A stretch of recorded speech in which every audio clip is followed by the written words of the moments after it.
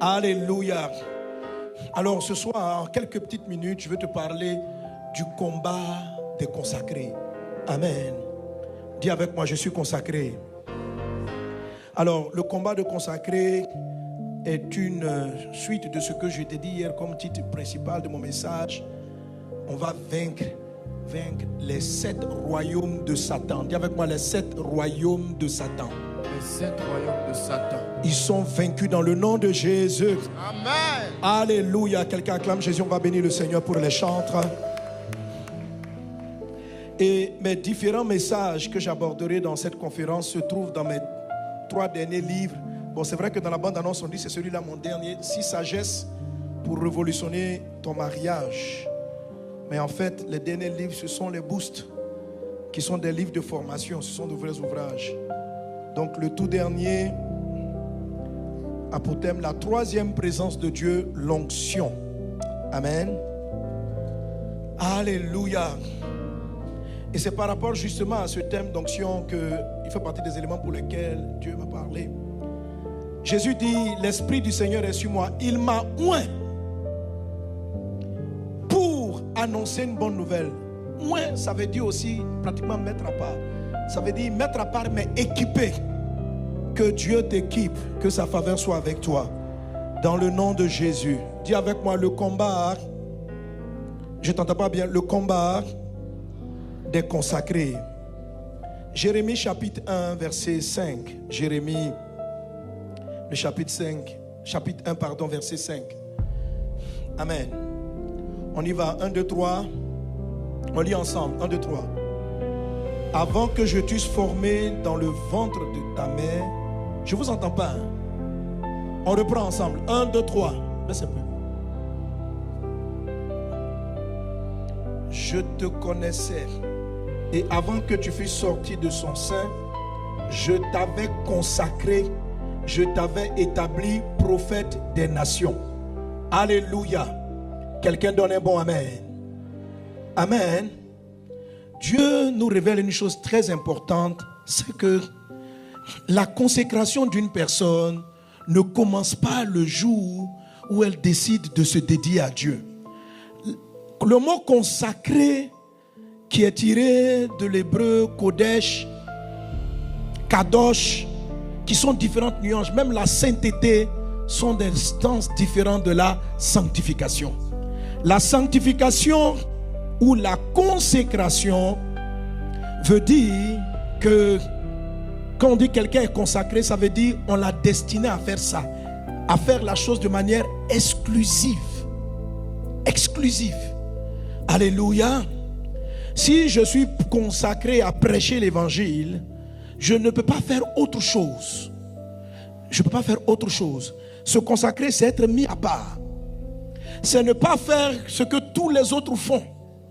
C'est faire exclusivement ce pourquoi on a été choisi. Et la Bible nous révèle une chose dans ce passage de Jérémie, c'est que avant qu'on ne soit formé dans le sein de notre mère, Dieu nous avait déjà consacrés. La consécration était déjà là. Je veux dire à quelqu'un, Dieu te connaît et Dieu t'a choisi avant que tu ne sois formé dans le sein de ta mère. Ça veut dire, ta maman n'était même pas encore enceinte que ta consécration existait. Tu vois, je veux que tu réalises cela. Ce n'est pas moi qui le dis, c'est la Bible. Avant que je t'eusse formé dans le sein de ta mère, je te connaissais. Un exemple palpable, c'est celui de Jean-Baptiste. Maman Élisabeth n'était pas encore enceinte que l'ange est apparu à son père Zacharie et lui a dit qu'il allait avoir un enfant et que cet enfant s'appellerait Jean. Et que voilà la feuille de route de cet enfant. Il allait faire ceci, il allait faire cela, il allait être un prophète. Donc, avant que Élisabeth ne tombe enceinte, Dieu connaissait celui qu'il allait mettre dans son ventre. Il connaissait son nom. Il lui avait déjà assigné une mission. Jean-Baptiste, avant qu'il ne soit formé, sa feuille de route était clairement tracée. Ces 2 exemples que nous citons ne sont pas les seuls. Ne sont pas les seuls. Et je me suis rendu compte que ça ne concernait pas seulement Jérémie. Ça ne concerne pas seulement Jean-Baptiste. Ça te concerne toi. Ça nous concerne nous. Alors, ce qu'il y a d'étrange, c'est qu'il arrive que cette consécration, avant que le fœtus ne soit formé, soit su par certaines puissances. Comment est-ce que cela se passe? Je l'ignore. Mais lorsque les mages ont vu l'étoile de Jésus, ils ont dit, le roi des Juifs, un roi est né. Ils savaient qu'il était un roi. Sûrement que nous sous-estimons ce genre de révélation, mais Hérode a pris cela très au sérieux et a fait massacrer un ensemble d'enfants, tout simplement parce qu'une étoile était apparue. Hier, je t'ai expliqué que tu es livré à de nombreux combats sur ta santé. Plusieurs d'entre vous, vous êtes en train de m'écouter, vous êtes dans ce que la Bible appelle une fosse, une vie bloquée, une vie qui n'avance pas, une vie qui tourne en rond. Malgré que tu te sois converti, malgré que tu aies donné ta vie au Seigneur Jésus, tu sens que tu as trop de combats étranges. Tu as trop de combats étranges. Certaines maladies persistent dans ton corps. Certaines situations difficiles existent dans ta vie.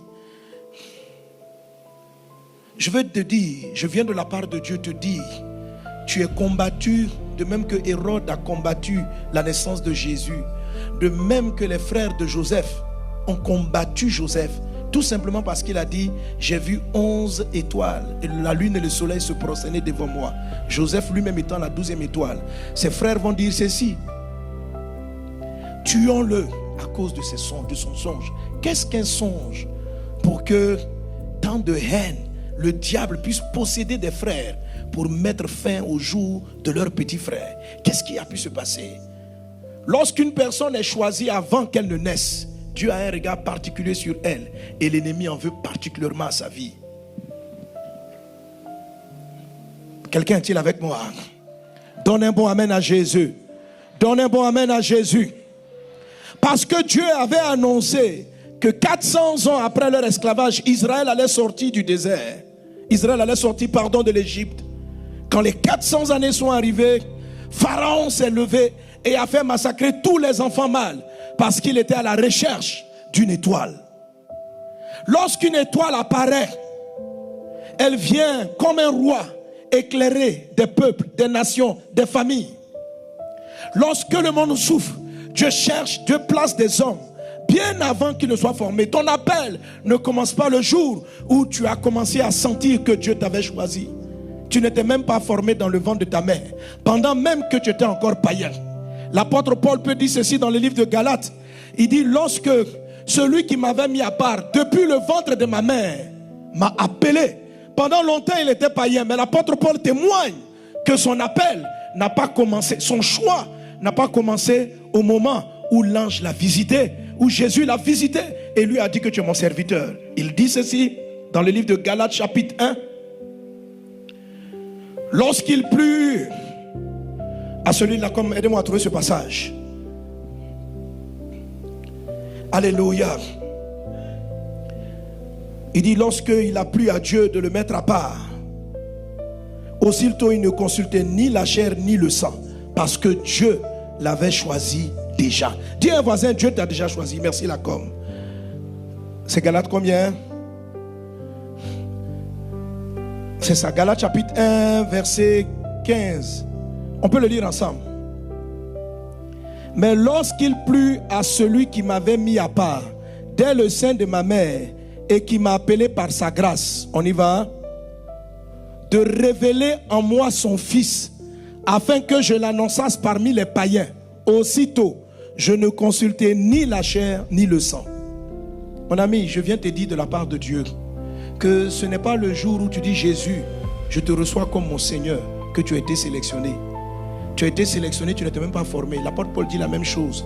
La Bible dit dans le livre d'Éphésiens chapitre 2 qu'il a créé des bonnes œuvres qu'il a préparées d'avance afin que nous les pratiquions.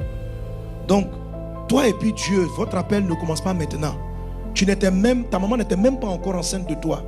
Que tu as été choisi pour illuminer une région, pour illuminer un territoire, pour apporter une lumière. Et je viens te dire qu'il y a plusieurs guerres dans la vie. Mais les étoiles sont sérieusement combattues. Des gens qui vont délivrer des peuples, par qui Dieu va passer pour guérir des nations, sont particulièrement combattus. Et leur combat ne commence pas à leur conversion. Leur combat commence bien avant leur conversion. Regardez comment Satan a amené Saul de Tarse, qui est devenu Paul, à devenir un anti-chrétien, un combattant de l'évangile. Mais Dieu, dans sa grâce, a manifesté son appel. Parce que le diable avait perçu que ce gars-là était dangereux. Quand je te regarde, je vois une dangereuse, je vois un dangereux. Je vois un dangereux pour le royaume de Dieu. Je vois un dangereux pour le royaume de Dieu. Alléluia. Apocalypse chapitre 5, verset 9 nous dit ceci, que nous avons été rachetés par son sang. Tu as été racheté par le sang. Pour être un roi et être un prêtre. Dans la version Louis II, il est dit, Dieu a fait de nous un royaume. Dis avec moi un royaume. Un royaume. Quand je veux te parler du combat des consacrés, je vais te dire d'abord que nous sommes consacrés. Regarde ça encore, ce que dit Romain. Romain dit ceci, car ceux qu'il a connus d'avance, ça veut dire, tu n'étais pas encore formé, il t'a connu. Toi, tu es un connu d'avance. Dis à un voisin, tu es un connu d'avance. La Bible dit que ceux qu'il a connus d'avance, il les a prédestinés. Ça veut dire, quand Dieu te connaît d'avance, tu passes par un certain temps qu'on appelle la prédestination. En ce moment-là, tu ne connais pas ta destinée. Mais il y a quelque chose qui précède ta destinée. Ceux qu'il a connus d'avance, il les a prédestinés. Et ceux qu'il a prédestinés, la Bible dit, il les a prédestinés à devenir l'image de Christ. Il dit que ceux qu'il a prédestinés, il les a aussi appelés. Est-ce que quelqu'un est avec moi? Amen. Car ceux qu'il a connus d'avance, il les a aussi prédestinés à être semblables à l'image de son Fils, afin que le Fils fût le premier-né entre plusieurs frères. Verset 30. Et ceux qu'il a prédestinés, il les a aussi appelés. Ceux qu'il a appelés, il les a justifiés. Et ceux qu'il a justifiés, il les a aussi glorifiés. Que le temps de ta gloire rentre. Que le temps de la rentre dans ta vie, dans le nom de Jésus de Nazareth. Qui est prêt à connaître ses combats? J'entends pas ton amen. J'entends pas ton amen. Dieu fait de toi un roi. Ça veut dire quelqu'un qui devient influent. Parce que c'est une guerre de royaume. C'est une guerre de royaume. Pourquoi j'ai commencé mon enseignement sur ceci? Les 7 royaumes de Satan. Ça veut dire que Satan a un empire. Acte chapitre 10 verset 38 nous dit que Dieu a oint de Saint-Esprit et de force Jésus-Christ, qui allait de lieu en lieu, guérissant les malades et délivrant tous ceux qui étaient sous l'empire de Satan. Donc Satan est un empereur. Un empereur, c'est un roi qui règne sur d'autres rois. Un empereur règne sur d'autres rois. Et tous ceux qui sont dans l'un de ces royaumes sont soumis à sa loi. Alors ça veut dire quoi, plusieurs royaumes pour un empereur? Dans un royaume, il y a ses propres règles, ses propres lois. Satan, comme je te l'ai dit, selon la prophétie d'Apocalypse chapitre 12, le diable est décrit comme un dragon à 7 têtes et chacune de ces têtes portant une couronne. Autrement dit, il est un empereur qui règne sur 7 royaumes. Et quand j'ai posé la question à Dieu, quels sont les 7 royaumes de Satan? Et l'Esprit du Saint-Esprit, le Seigneur m'a conduit en disant ceci: prends la Bible et parcours et regarde chaque fois où il est parlé du règne d'une entité qui appartient à Satan. Ces différents règnes sont différents. Je vous oins, je vous consacre afin que vous renversiez et que vous fassiez sortir des hommes de chacun de ces règnes. Quand tu vas comprendre les 7 royaumes, tu vas comprendre certaines fois la spécificité, comment le christianisme, la consécration commence, pourquoi il faut être consacré, comment tu dois te consacrer. Ta consécration est liée au combat contre ce roi. Ta consécration vient parce que tu dois faire sortir plusieurs de l'emprise du roi, des royaumes des ténèbres, des royaumes de Satan. Toi-même, tu dois te consacrer à cela. Et c'est cette illustration-là que Dieu nous donne avec Moïse, qui va délivrer les Israélites des Égyptiens. Voilà les phrases qu'il prononce. Et nous avons lu. Il disait, Pharaon, laisse aller mon peuple afin qu'il me serve. Et l'Esprit du Seigneur a attiré mon attention. Pourquoi devait-il expliquer à Pharaon qu'ils allaient servir Dieu? Dieu ne pouvait-il pas se limiter au fait de dire, Pharaon, laisse aller mon peuple. Pharaon, laisse aller mon peuple. Il devait constamment compléter le fait que ce peuple part parce qu'ils vont aller sous une autre. Ils vont aller servir un autre Dieu, le créateur du ciel et de la terre. Israël est une étoile. J'ai envie de dire même Israël est une constellation. Toi aussi, pourquoi tu vas être délivré de mammon? Pour servir Dieu. Et servir, ça veut dire se consacrer. Sois consacré. Dieu t'a consacré avant que tu ne naisses. Sois consacré dans ta vie. Sois consacré au nom de Jésus. Alors, le premier combat des consacrés. Le premier combat, c'est arriver à être éclairé pour éclairer. C'est le combat de la lumière. Le premier des combats, la première des choses à laquelle tu dois te dédier, et vous savez, non seulement le combat de la lumière, ce combat-là seulement explique beaucoup de choses pour lesquelles les ténèbres touchent l'église, par rapport même à notre prédication. En tant que consacré, est-ce que vous savez que quand tu es consacré, il y a des sujets de causerie, si tu les abordes, l'Esprit Saint est attristé. Alléluia. Il y a des sujets que tu ne peux pas avoir. Il y a beaucoup de bons messages, mais nous sommes choisis et nous ne pouvons pas prêcher toutes choses. Nous ne pouvons pas aller partout et faire ce qui nous plaît. Et la première de ces choses, un de ces premiers combats que j'ai lu dans la parole de Dieu, c'est le combat contre les ténèbres. C'est-à-dire le combat contre les ténèbres, la lumière. Permets-moi que je te lise. Dieu t'a choisi. Dieu t'a choisi afin que tu sois un instrument contre le premier combat, le premier royaume. Avant même que l'on ne pêche, les ténèbres régnaient sur la terre. Le premier royaume de Satan, c'est les ténèbres. Ésaïe chapitre 9 verset 1, il est dit: mais les ténèbres ne régneront pas. Lisons-le ensemble, 1, 2, 3. Mais les ténèbres ne régneront pas toujours sur la terre, où il y a maintenant des angoisses. Si les temps passés ont couvert d'opprobre le pays de Zabulon et le pays de Nephtali, les temps à venir couvriront de gloire la contrée voisine de la mer, au-delà du Jourdain, du territoire des gentils. Avance rapidement, avance rapidement. Attends, je prends ma Bible même. Il y a un verset qui m'intéresse.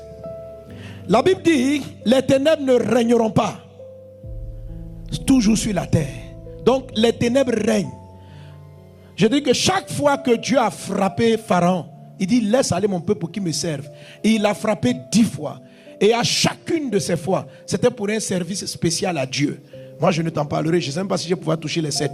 Mais je vais te dire certaines choses par rapport à la lumière pour que tu saches à quoi tu es consacré. Regarde là. Il dit: mais les ténèbres ne rentrent pas tous sur la terre. Continue maintenant. Verset 2, avance. Verset 3. Le peuple qui marchait, non, le peuple qui marchait dans les ténèbres voit une grande lumière. Sur ceux qui habitent le pays de l'homme de la mort, une lumière resplendit. On y va. Tu rends le peuple nombreux, tu lui accordes de grandes joies. Il se réjouit devant toi comme on se réjouit à la moisson, comme on pousse des cris d'allégresse au partage du butin. Avançons. Car le joug qui pesait sur lui, le bâton qui frappait son dos, la verge de celui qui l'opprimait, tu les brises comme à la journée de Madian. En avance. Car toute chaussure comporte de la mêlée, tout vêtement guerrier roulé dans le sang seront livrés aux flammes pour être dévorés par le feu. On avance. Pourquoi? Dis avec moi la suite. Car un enfant nous est né, un fils nous est donné, et la domination. Frère, c'est une affaire de guerre. Satan a 7 royaumes. Le premier s'appelle le royaume des ténèbres. Et les ténèbres ne vont pas régner sur la terre, car un fils nous est donné. Et et la domination reposera. Je viens de dire à une personne que tu es né pour cette affaire. Et tu dois t'y donner. Tu dois recevoir la lumière. Tu dois te consacrer à être un messager de la lumière. Amen. J'entends pas ton amen. Hier, je vous ai expliqué que, à moins que vous ne serviez Dieu, il y a des entités sataniques que vous ne pouvez pas vaincre. Parce que Pharaon doit te laisser partir parce que tu t'en vas servir. À la fin, dans Exode chapitre 12, Pharaon dit ceci à Moïse: allez-y, allez servir votre Dieu. Le diable veut t'arrêter parce qu'il a peur de ton service. Être délivré de Satan sans servir, ce n'est qu'une affaire de temps avant qu'il reprenne le contrôle sur toi. Celui qui est délivré d'une maladie venue du Satan, du dragon, s'il ne sert pas Dieu, ce n'est qu'une affaire de temps avant qu'il le rende à nouveau malade. Celui que Dieu sort de la misère, mais qui ne comprend pas qu'il doit se consacrer, qu'il doit servir Dieu, ce n'est qu'une affaire de temps. Avant que l'esprit de maman, le royaume de maman ne reprenne le dessus sur toi. Tu ne dois pas quitter le diable sans ne pas servir. Laisse aller mon peuple afin qu'il me serve. Qui agit selon la vérité vient à la lumière. Écoutez, ça veut dire quoi? La première des choses dans laquelle tu dois rester en Christ, c'est être vrai, c'est t'exposer à la lumière. La Bible dit que certains, parce que leurs œuvres étaient mauvaises, tiens, Ésaïe 9:1 dit: lève-toi, sois éclairé. Je me suis rendu compte que Satan nous maintient dans les ténèbres en développant au sein de l'église l'hypocrisie, la fausseté. Tu comprends? La première consécration, écoutez, c'est pas beaucoup prêcher, hein? C'est pas prêcher, c'est être vrai. Faut te dédier à rester dans la lumière, parce que tout commence par la lumière. Faut te dédier. Faut que ta vie, la Bible dit, les gens ne sont pas venus à la lumière parce que leurs œuvres étaient mauvaises. Nous préférons garder notre nom que d'être vrai, d'être sincère et de venir à la lumière afin qu'il juge nos œuvres, nos pensées, nos sentiments. Avant de te parler, de te consacrer comme prédicateur, expose-toi à la lumière, marche dans la lumière. Dis à ton voisin: sois dans la lumière, vis dans la lumière. Ne quitte pas cette conférence en étant quelqu'un de faux, quelqu'un qui se présente comme ce qu'il n'est pas. Fais un choix aujourd'hui, consacre-toi, sois vrai, sois sincère, sois honnête. Dans notre petit film, on a vu le monsieur venir dire à son papa: je choisis Jésus. Il faut choisir Jésus. Vous savez, se consacrer, ça veut dire quoi? Ça veut dire, c'est être mis à part de manière irrévocable. Irrévocable. Ça veut dire, je ne retourne pas en arrière. Je ne retourne pas en arrière. Je ne retourne pas dans les ténèbres. Et hier, je vous ai donné le témoignage de cet homme qui s'est laissé tuer ses enfants parce qu'on lui demandait de renier sa foi. Nous devons être prêts, être consacrés. C'est être prêt à rester dans la lumière, même au prix de nos vies. Est-ce que tu es prêt à renoncer à toi-même? Dis avec moi: Jésus, je veux ta lumière. Amen.